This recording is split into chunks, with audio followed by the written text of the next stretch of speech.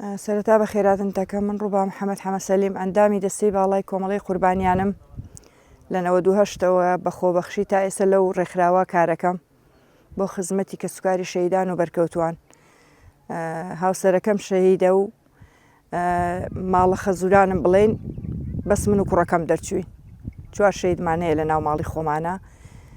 زائیدەن باوکم و دایکیشم بە بەرکەوتەی سەخت لەم ساڵانەی دوایی ئەوانش کۆچی دواییان کردووە بوونەتە شەهیدی کیمیاباران. ئیتر دوو ڕۆژیکە یادی هەڵەبجەیە، بەڵام بەداخەوە لە بەر بارودۆخی ئەم ساڵ کە بەو شێوەیە هەموو دنیای گرتووەتەوە و زۆربەی وڵاتانی گرتووەتەوە ناتوانین ئەو یادە بکرێتەوە. لە ڕاستیە ئەم پرۆژەی ئەمڕۆ کە لێرە کرا بەلای منەوە جوانترین پرۆژەیە بۆ یادی کیمیابارانی هەڵەبجە. خۆزگە 38 ساڵە 38 پرۆژەی ئەوە ئەنجام بدرایە لە هەڵەبجەیە. ئێستا هەڵەبجە ژینگەیەکی سەوز و جوانی هەبوو. دەستخۆشییان لێ یەکەم بۆ ئەو پێشنیارە جوانەکە کردویانە. وەکو ئەوەی کە هەڵەبجە وەک پێویست هەرگیز ناڵێم وەک پێویست خزمەت کراوە، هەرگیز وەک پێویست خزمەت نەکراوە.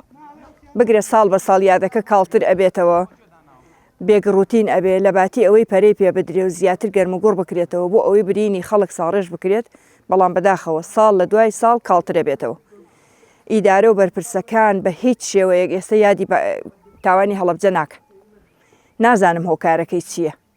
هۆکارەکەی ئەوەیە کە هەڵەبجە شایانی ئەوە نییە، یا هۆکارەکەی ئەوەیە کە خەمساردن لە ئاستی ئەو خەڵکا و کە سوکاری شەهیدان و بەرکەوتووان.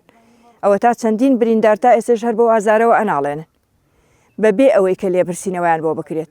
ڕاستە هەندێشتی سەرەتایان بۆ کرێ، بەڵام نێ لە جێگەی پێویستە، وەک پێویست نییە. هەر یەک لەو بەرپرسانە ئەگەر یەک شەو لەگەڵ یەکێک لەو بریندارانی کیمیاباران نابن هەتا بەیانی ئینجا ئەزانن وەزعیان چۆنە. بەڕاستی ئێمە چونکە زوو سەردانیان ئەکەین و سەردانمان ئەکەن بۆ کۆمەڵەکە و ئەزانین وەزعیان چۆنە و بارودۆخیان چۆنە، ئەزانین لە چ تەندروستێکی خراپاشی.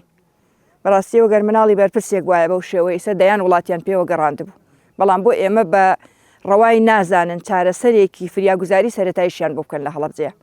بەداخەوە نەخۆشخانەیە کراوەتەوە نازانم بۆ کە سوکاری شەهیدانە بۆ بەرکەوتوانی کیمیابارانە، بەڵام لە ئەساس ئەوانی. هیوادارم حکوومەتی هەرێمی کوردستان بە دوواداچوونی جددی بکات بۆ لێپرسینەوە بۆ کە سوکاری شەهیدان و بۆ بەرکەوتەکانمان. ئێمە لە ڕاستیە هەل لە هەوڵین بۆیان. باشە ینی لەم ماوەی پێشووە هەندێک لە برینارەکان بۆ نمونە ئەوانەی کە خۆیان لەسەر گیرفانی خۆیان زەرعی قەرەنی چاویان کردبوو لە وڵاتی ئێران، بەداخەوە ئێرانی شێوایتر ناتوانن بڕۆن لەوێژە و چارەسەرە وەرگرن. بریا ئەم 38 ساڵە هەرێمی کوردستان لە هەوڵی ئەوان نەبووایە بیناردنایە بۆ ئێران، لە هەوڵی ئەوە بووایە تیمێکی پزیشکی ڕاهێنرایە و لە وڵاتان بیهێنایە و لێرە سەنتەرێکی دابنایە و چارەسەرێکی یەکجارەکی بکردایە بۆ بریندارەکان. ئێمە هەل لە هەوڵا بووین، بەڵام بەداخەوە یعنی نێ لە ئاستی پێویستە. من بە پێویستی نازانم. و بۆ کە سوکاری شەهیدان بەداخەوە کە سوکاری شەهیدانیش تەنها موچەیەکیان هەیە، ئەوە تا کە دوو مانگ جارێک و چەندێکە هەروەکو ئەو خەڵکە ئەو موچەیە وەرەگرن. هیچ جیاوازیە نەکراوە لە نێوان کە سوکاری شەهیدان و خەڵکی ئاساییە. وەڵاهی بەڕای من ئەم ساڵ هیچ داواکاریەک نەکرێت باش.